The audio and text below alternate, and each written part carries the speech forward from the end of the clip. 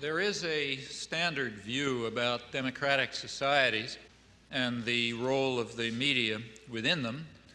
It's expressed, for example, by Supreme Court Justice Powell when he spoke of the crucial role of the media in affecting the societal purpose of the First Amendment, namely enabling the public to assert meaningful control over the political process.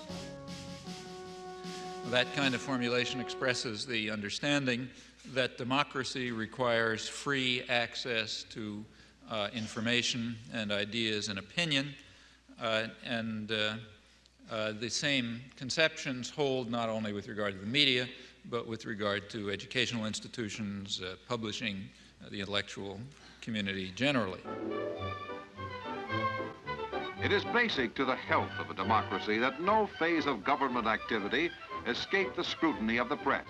Here, reporters are assigned to stories fateful not only to our nation, but to all nations.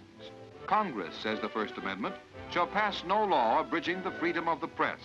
And the chief executive himself throws open the doors of the White House to journalists representing papers of all shades of political opinion.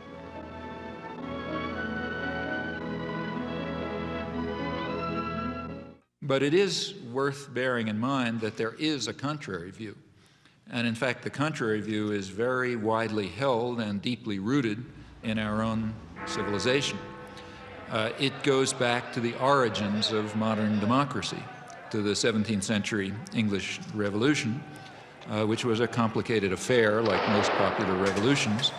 There was a struggle between Parliament, representing largely elements of the gentry and the merchants, and the royalists representing other elite groups, and they fought it out.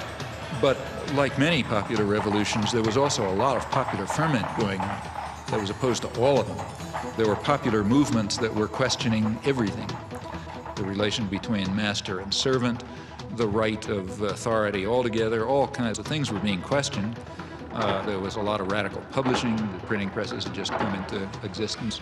And this disturbed all the elites on both sides of the Civil War. So as one historian pointed out at the time in 1660, he criticized the radical Democrats, the ones who were calling for what we would call democracy, because they are making the people so curious and so arrogant that they will never find humility enough to submit to a civil rule. Now, underlying these doctrines, which were very widely held, is a certain conception of democracy. It's a game for elites. It's not for the ignorant masses who have to be marginalized, diverted, and controlled, of course, for their own good. The same principles were upheld in the American colonies.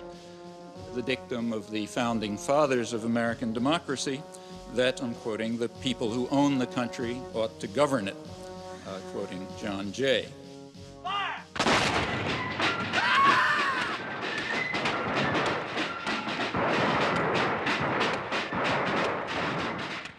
Now, in modern times, for elites, this contrary view about the intellectual life and the media and so on, this contrary view, in fact, is the standard one, I think, apart from rhetorical flourishes. From Washington, D.C., he's intellectual, author, and linguist, Professor Noam Chomsky. Manufacturing Consent. What is that title meant to describe? Well, the title is actually borrowed from a book by Walter Lippmann, written back around 1921, in which he described what he called the manufacture of consent as a revolution in the practice of democracy. What it amounts to is a technique of control. And he said this was useful and necessary because the common interests, the general concerns of all people, elude the public. The public just isn't up to dealing with them, and they have to be the domain of what he called a specialized class. Notice that that's the opposite of the standard view about democracy. There's a version of this expressed by the highly respected moralist and theologian Reinhold Niebuhr, who was very influential on contemporary policymakers. His view was that rationality belongs to the cool observer, but because of the stupidity of the average man, he follows not reason but faith. And this naive faith requires necessary illusion and emotionally potent oversimplifications, which are provided by the myth maker to keep the ordinary person on course.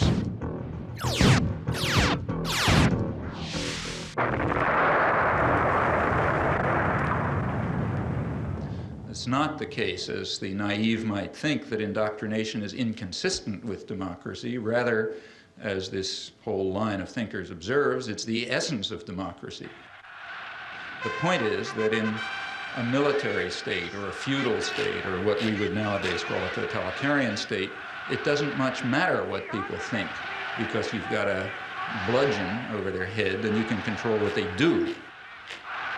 But when the state loses the bludgeon, when you can't control people by force, and when the voice of the people can be heard, you have this problem.